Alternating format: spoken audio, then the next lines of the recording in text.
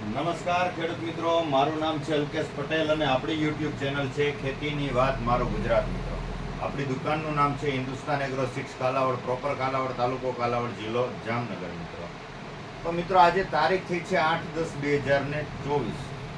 ગઈકાલે પણ શિયાળુ જે છે પવન, ભૂર પવન જે છે એની શરૂઆત થઈ ગઈ હતી. આજે પણ જે છે શિયાળુ પવન જ છે. તો ક્યાંય ને ક્યાંય જે છે અત્યારે જે આપણા પાક ઊભા છે એને ખૂબ જ સારી જે છે હવામાન અનુકૂળ આવે છે, જેના કારણે ચાપવા જે છે કપાસની અંદર આપણા જે ચાપવા જે છે ખરવાની સમસ્યા બિલકુલ ઘટી જશે ને રોગ જીવાત પણ ઘણા ખરા જે છે એ કુદરતી રીતે કંટ્રોલ થઈ જશે. મિત્રો, તો હજી જેને રોગ જીવાત છે એને કંટ્રોલ કરવાની જે છે હજી તમારે તૈયારી તો રાખવાની જ છે, કેમ કે અત્યારે કપાસ ઓલ ઓવર જોવા જઈએ તો જેટલા ચોખ્ખા જે છે રોગ મુક્ત જે કપાસ છે એમાં કપાસમાં કાંઈ કોઈ ચીજ ઘટતી નથી એમ કહીએ તો ચાલે.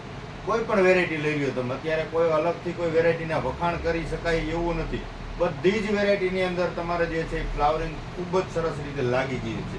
હવે જોવાનું મિત્રો એ છે કે કેટલું ફ્લાવરિંગ ટકે છે અને ફ્લાવરિંગ ટકી ગયા પછી જીંડવામાં પરિવર્તિત થયા બાદ જે છે કપાસની ક્ષમતા, કેપેસિટી કેવડી છે કે કેટલો સમય સુધી લીલો રહી શકે છે.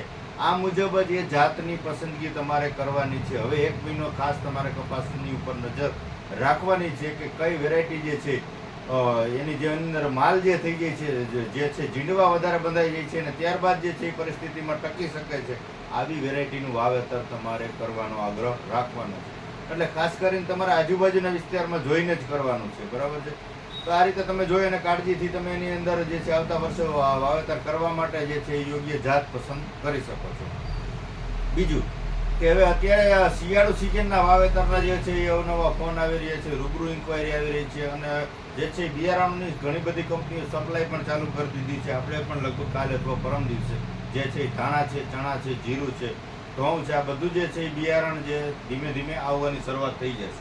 એટલે આપણે એનો વિશેષ ચોક્કસથી વિડીયો બનાવશું કે કઈ જાતનું આપણે બિયારણની કઈ રીતે પસંદગી કરશો, એના માટે પણ આપણે ચોક્કસથી શિયાળુ જે છે એ વાવેતરના વિડીયો બનાવશું. 1-2 દિવસમાં લગભગ બધું બિયારણ આવી જાય છે, બરાબર છે મિત્રો. બીજી વાત કરવાની છે આપણે મિત્રો કે ઘણા બધા મિત્રો ગયા વર્ષે પણ જે જીરાના વાવેતર પુષ્કળ થયા હતા અને જે આ વર્ષે પણ જીરા અને ચણાના વાવેતર વધે આવા અંદાજ છે, કેમ કે અમારે જે પૂછપરછ આવે છે એના અનુસંધાને અમે તમને જે માહિતી હું તમને આપું છું કે આ જે વાવેતર છે એ વધવાના છે, બરાબર છે. તો જે ચણાનું વાવેતર કરવાનું છે એનો આપણે ગઈકાલે વિડીયો બનાવ્યો જ છે કે ખાતરની માવજત પાયા ખાતરની કરવાની છે, સીડ ટ્રીટમેન્ટ પટ મારીને વાવવાનું છે, આ ખાસ કાળજી રાખવાની છે. સફેદ ચણા જે છે તો ઓરવીને જ વાવેતર કરવાનું છે અને પટ આપીને જ વાવેતર કરવાનું છે, આ કાળજી ચોક્કસથી રાખવાની છે.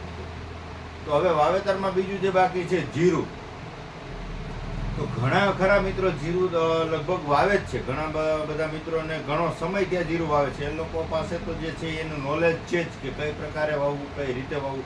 એના વિશે આપણે અલગથી પણ વિડીયો બનાવશું કે કઈ રીતે એની જમીન તૈયાર કરવી.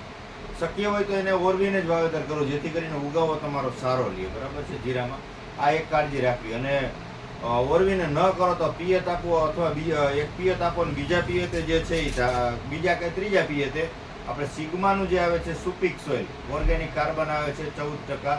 આપણે મરચીના પાકમાં, ડુંગળીના પાકમાં ઘણા બધા મિત્રોએ વાપર્યા છે, મગફળીના પાકની અંદર પણ વાપર્યું છે. તો આના રિઝલ્ટ ક્યાંય ને ક્યાંય ખૂબ સારા મળ્યા છે. જમીન ફળદ્રુપ રાખે છે, જમીન પોચી રાખે છે.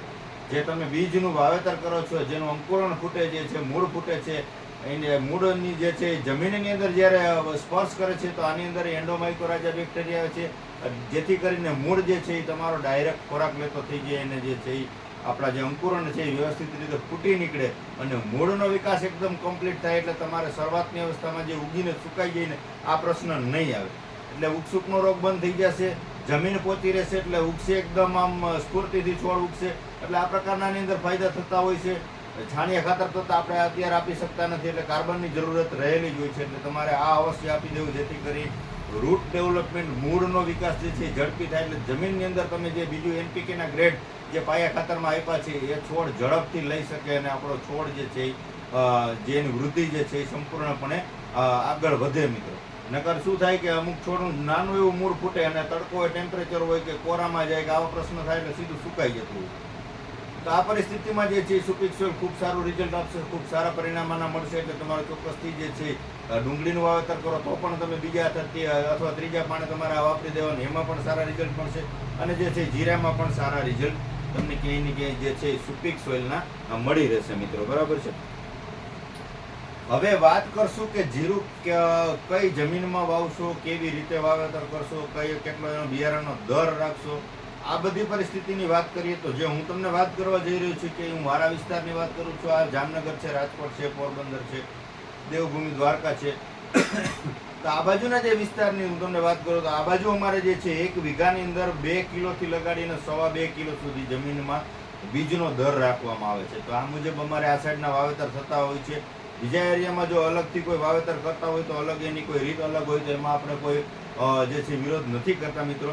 અમે જે છે આ બાજુના વિસ્તારમાં ભલામણ કરીએ તો છાંટીને વાવી, અમુક જે છે હાથથી છાંટીને વાવે છે, અથવા ઓરણીની અંદર જે છે 17 દાંડવે વાવેતર કરે છે, અથવા એની અંદર હવે નવી સિસ્ટમ આવી ગઈ પેલું છાટણી આવે છે, તો એના દ્વારા પણ 2 થી લઈ અને 2.25 કિલો જે છે 16 વીઘાની અંદર જે છે બીજ દર જમીનમાં આપવામાં આવે છે. હવે એના જે પાયા ખાતર છે કે કઈ રીતે એની ટ્રીટમેન્ટ કરવી એના વિશે આપણે ચોક્કસથી અલગથી એક જીરાનો વિડીયો જ બનાવશું. પણ આજે તો માત્ર મારે ભલામણ એટલી જ કરવાની છે કે જીરું જે લોકો વાવેતર કરવા માંગતા હોય એ લોકોને ભલામણ મારી એટલી છે કે આગલા 3 વર્ષ સુધી તમારે એની અંદર ધાણાનું વાવેતર ન કરેલું હોય ને તો જ જીરાનું વાવેતર કરજો. નહીતર તમારું જીરું જે છે એ ઉગીને સુકાઈ જશે, ઉગીને કદાચ મોટું થઈ જશે, તમારે જ્યારે દાંડલીએ ચડશે, જ્યારે એની અંદર ફ્લાવરિંગ લાગવાની શરૂઆત થશે ત્યારે લીલા સુકારો બેસી જશે અને જીરાનો જે છે પ્લોટ ધીમે ધીમે થઈ અને 80% સુધીના સુકારાના પ્રશ્ન જે છે 80% સુધી તમારું જે ખેતર છે એ સાફ થઈ જશે. આવા દાખલા આપણે જોયા છે, બરાબર. આ રેશિયો જે હું તમને કહું છું કે ધાણાવાળાનું જીરું જે છે એ 80% નથી થતું, 20% થાય છે. પછી તમારે વાવેતર કરવું હોય તો તમારી જવાબદારીથી કરજો. મારી કોઈ વાવેતર કરવાની મનાઈ નથી, વિરોધ નથી, પણ હું જે મારા એરિયાના જે રિવ્યૂ લઉં છું અને મારા ખેડૂતોની જે હું જે વિઝિટ કરું છું અને જેના મને લગભગ 5 કે 7 વર્ષથી જે પરિણામ મળે છે ને મેં જે અનુભવ કર્યા છે અને અનુભવના અનુસંધાને હું તમને ભલામણ કરું છું કે છેલ્લા તમે આગલા 3જા વર્ષે કદાચ 3 વર્ષ પહેલાં જીરું જે ધાણાનું વાવેતર કર્યું હોય ને તો એની અંદર તમારે અત્યારે જીરાનું વાવેતર કરવું નહીં, નહીતર તમારું જીરું છે એ સુકાઈ જશે. પછી હા ઠીક છે, તમે એની અંદર સતત તમે એકાત્રા દવાનો છંટકાવ કરો, પાણી સાથે તમે દરેક પાણી તમે એની અંદર કોઈ દવા પાવ અને ખર્ચા કરો ને વીઘે બચી શકે જીરું હાલો, વીઘે 5 મણ થાય તો તમારે એમાં તમારા ખર્ચા પૂરતા પણ પૈસા હાથમાં આવે નહીં. તો ખેડૂત મિત્રોને આટલી ભલામણ છે કે એના કરતાં બીજું ગમે એ વાવેતર કરી દેવાનું. નકરો ખાલી દવાનો ખાતરનો ખર્ચો થાય અને વીઘે 2000 રૂપિયા તમારા હાથમાં ન વધે ને તો એ ધંધો કરાય નહીં. આ સીધી વાત છે, બરાબર છે. બાકી જીરું વસ્તુ એવો પાક છે કે મરચીની કેટેગરીમાં આવે કે જેટલો મરચીની અંદર દવાનો ખાતરનો જે ખર્ચો લાગે ને એટલો જ જીરાની અંદર ખર્ચો લાગે છે. તો ઉત્પાદન મળે તો જ જીરાનું વાવેતર કરવું પોસાય, બાકી ઉત્પાદન 5 મણ મળે ને તો જીરામાં કાંઈ પૈસા વધે નહીં. આ એક અંગત એક ખેડૂત તરીકે હું પણ એક ખેડૂત પુત્ર તરીકે તમને ભલામણ કરું છું. મારી દુકાને મારો માલ વેચવા માટે ભલામણ કે એના માટે દુકાનદાર તરીકે ભલામણ નથી કરતો. આ મેં રિવ્યૂ લીધેલા છે, આના આપણે પરિણામ જોયેલા છે કે જીરાના વાવેતર કર્યા હોય, ધાણાવાળાના જીરાના વાવેતર થયા હોય એમાં 100% જે છે એ સુકારાના પ્રશ્ન આવેલા જ હોય. ઠીક છે, કોકને ટ્રીટમેન્ટ વધારે કરે અલગથી કરે તો એની અંદર બચી જતું હોય છે, પણ એ 80% 80-20નો રેશિયો આવે છે. 80% જીરું બગડી જાય, સુકાઈ જાય છે ને 20% જે છે એ જીરું ધાણાવાળાનું થતું હોય છે. પણ એમાંય તમે સરેરાશ જે આપણે સારું જીરું થાય 10 મણ ઉત્પાદન એની અંદર તમે લઈ શકો નહીં. એની અંદર 5 થી લઈ અને 7 થી 8 મણ સુધી સારું જીરું થયું હોય તો ઉત્પાદન મેળવી શકાય. તો મિત્રોને એવી ભલામણ છે કે મોંઘું બિયારણ જીરાનું આવતું હોય છે, મોંઘા દવાના ખર્ચા થતા હોય છે અને પાછળથી સતત ખર્ચો કરવા છતાંય આપણા હાથમાં કાંઈ ન આવે ને તો આ પ્રકારનો સાહસ કરવો નહીં. જેને ધાણા નથી જ કરેલા ને એ લોકો તમે વાવી શકો છો. એની અંદર તમે આપણે ચોક્કસથી વિડીયો દ્વારા માહિતી આપશું કે કયા સમય પછી શું કરવું, શું વાપરવું, કેવો બીજ દર રાખવો, કઈ બિયારણની પસંદગી કરવી, આ તમામ માહિતી આપશું. પણ અત્યારે જે લોકો વિચારી રહ્યા છે તો એ પ્લાન ચેન્જ કરી અને જે છે વાવેતરનો બીજો કોઈ વિચારણા કરે એના માટે આજે આપણે અલગથી જે છે જીરાના વાવેતર વિશેનો વિડીયો બનાવ્યો છે. કેમ કે આવા આપણે ઘણા બધા દાખલા જોયા છે. હું લગભગ 5-7 વર્ષે સર્વે કરું છું તો એમાં હું તમને કહું કે 20% જ કે 15% જ, 20% તો હું તમને અનુમાન આપું છું, બાકી 10% જીરું બચતું નથી અને 80 થી 90% જે છે પાક જે છે જીરાવાળાનો ફેલ થઈ જતો હોય છે. તો આપણો આધાર જે છે એ ખેતી ઉપર હોય છે. જે વાવેતર આપણે કર્યું એના ઉપર આપણે કંઈક આશા લઈને બેઠા હોય છે કે મિત્રો કે આપણે આ જીરું થશે તો એનાથી આપણે કંઈક નવું કરશું, કંઈક આ સાધનની ખરીદી કરશું અથવા જે છે લગ્ન પ્રસંગ જે ઘરની અંદર કોઈ પણ પ્રસંગ આવતા હોય તો એના માટે કંઈક તૈયારી કરતા હોય તો આ બધી આપણી આગોતરી તૈયારી હોય જ છે કે આપણે આ વાવેતર કર્યું છે તો એનું ઉત્પાદન આવશે તો એમાંથી શું કરશું. તો એવા સાહસ ન કરવા મિત્રો કે આપણે ખબર જ છે કે આપણે આની અંદર ધાણાનું વાવેતર કર્યું જ છે અને જીરું આપણે વાવેતર કરી અને જે છે ઉત્પાદન લઈ લે તો એ વસ્તુ શક્ય નથી. ખર્ચો કરવા છતાં આપણા હાથમાં કંઈ નથી આવતું તો એ સાહસ કરવું આપણા ખેડૂત માટે યોગ્ય નથી. આ મારી અંગત ભલામણ છે મિત્રો. તમે યાદ જો ઘણા મિત્રોને એવું હોય છે કે પાણીની સમસ્યા હોય કે ભાઈ 2 મહિનાનું જ પાણી છે, અત્યારે જીરું વાવી દીધું 2 મહિના પછી એને પાણી મળે એવું નથી. વાવી દો તમે ટૂંકી મુદતના વાલ વાવી દો, 90 દિવસમાં વાલ પાકી જશે.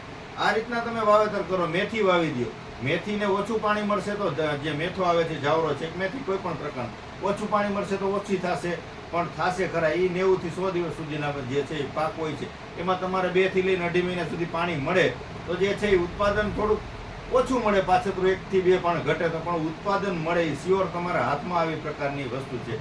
બાકી જે છે તમે ચણા જે છે ચણાને પણ જ્યારે પોપટા દાણા ભરાવાની સમયગાળો હોય છે એ સમયગાળામાં પણ પાણીની જરૂરત રહેતી હોય છે મિત્રો. તો ચોક્કસથી તમારે એ યોગ્ય તમારી જે અનુકૂળતા હોય પાણીની ને જમીનની બધી પ્રકારની જે વ્યવસ્થા હોય તો એ પ્રમાણે તમારે વાવેતર કરવું હિતાવહ છે. બાકી આડેધડ અણધારું જે વાવેતર કરી તમે વધારે પડતું પાણી જોતું હોય તો એમ એવા તમે એક ધારા બધા એ પ્રકારના જ વાવેતર કરશો તો તમારે બધામાં પાણી ઘટશે. એટલે તમારે 50 વીઘાનું કે 40 વીઘાનું વાવેતર કરવું હોય તેમાં 4 વિભાગ પાડી નાખો. 10 વીઘાને વધારે પાણી જોઈએ છે, 10 વીઘાને એનાથી ઓછું પાણી જોઈએ અને 10 વીઘાને એનાથી ઓછું પાણી જોઈએ. આ રીતના તમે કેટેગરી જે પાડશો તો જ તમે બધું જે છે પહોંચી શકો છો. ઠીક છે, જેને પાણીની પિયતની ફૂલ વ્યવસ્થા છે એ લોકો કોઈ પણ ડિસિઝન લઈ અને કોઈ પણ વાવેતર કરી શકે છે, એનો તો કોઈ પ્રશ્ન જ નથી કરતો. પણ હું જે આ અમારા જે વિસ્તારની વાત કરું છું તો જામનગર જિલ્લો છે, રાજકોટ જિલ્લો છે કે પછી દેવભૂમિ દ્વારકા છે, ખંભાળિયા ડિસ્ટ્રિક્ટમાં આ બધે જે છે પાણીની સમસ્યાઓ ઘણી બધી રહેતી હોય છે. આ જે આપણે રાજકોટ જિલ્લાનું ધ્રોલ સાઈડના એરિયા છે, મગફળીના વાવેતર બેલ્ટ એ બાજુ સંપૂર્ણ પૂરા બહુ મગફળીના વાવેતર થાય પણ જે અત્યારે જે પાછેતરા પાણીની જે સમસ્યા હોય તો એના કારણે જે છે એ વાવેતર કરવામાં બહુ કાળજી રાખવી પડતી હોય છે. તો જીરાના તમે વાવેતર ચોક્કસથી કરી શકો છો પણ મારી અંગત ભલામણ મુજબ તમે જોઈએ તો આ મુજબ તમે કાળજી રાખજો. અને બીજું કે તમારે જીરાવાળાનું જીરું એટલે કે તમે ગયા વર્ષે જીરું કર્યું છે અને આગલા વર્ષે જીરું કર્યું છે તો એની જમીનમાં જીરું આવે છે તમે કરી શકો છો, નો ડાઉટ, બરાબર છે. પણ આગલા વર્ષે અથવા એના આગલા વર્ષે જીરામાં બગાડ બેસી ન ગયો હોય, સુકારો ન બેઠો હોય અથવા ચરમી ન બેઠી હોય તો જ વાવેતર કરજો. આ પણ એક મારી ભલામણ છે, બરાબર છે.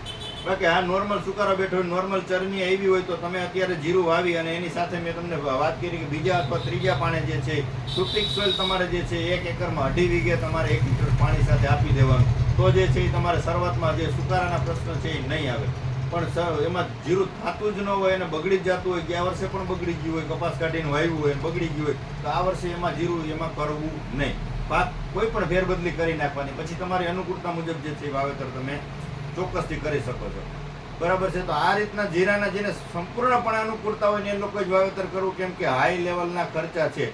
જીરામાં તમે સામાન્ય શરૂઆત કરશો ને તે 100 રૂપિયાથી પંપનો ખર્ચો ચાલુ થશે અને જે છે 300 રૂપિયા સુધી એક પંપે ખર્ચો થાય ને આ પ્રકારના એની અંદર ફૂગનાશક અને જે છે મોલાની દવા અને જે છે થ્રિપ્સની દવા વાપરવી પડતી હોય છે. તો મરચીની હારે જ ખર્ચો થતો હોય છે. તો મારી ખેડૂત મિત્રોને અંગત ભલામણ છે કે હું ખાલી તમારા 1 વર્ષમાં જીરામાં વેચી અને કરોડપતિ નથી બની જવાનું, પણ ખેડૂતને 2 પૈસાનો ફાયદો થશે ને તો તમારું પણ હાલશે અને અમારું પણ ધંધો જે છે ધીમે ધીમે રોટલા બધાના નીકળતા રહીએ અને ખેડૂતને ઉત્પાદન મળે, ખેડૂત આગળ નીકળે, આગળ વધે. આવા હેતુથી આપણે વિડીયો બનાવીએ છીએ અને જે વસ્તુ તમને હું વિડીયો દ્વારા માહિતી આપીશ ચોક્કસથી આપણા નજીકના એરિયામાં મળી જતી, ત્યાંથી ખરીદી કરી અને વાવેતર ચાલુ કરી દેવાનું છે. આપણે કોઈ ખાલી આપણા પર્સનલ ધંધા માટે કે આપણી પર્સનલ કોઈ કંપનીની એડવર્ટાઇઝ માટે વિડીયો નથી કરતા. આ તો ખેડૂતોને સાચી સલાહ અને સાચી માહિતી મળી રહેતી હોય આવા હેતુથી આપણે વિડીયો બનાવીએ છીએ મિત્રો. તો ચોક્કસથી સંપૂર્ણપણે આપણે શિયાળુ જે છે એ સિઝનની માહિતી દિવસે ને દિવસે બિયારણ બધા આવી જશે એ મુજબ આપણે માહિતી આપતા રહેશું મિત્રો. રજા આપશો મને. જય જવાન જય કિસાન.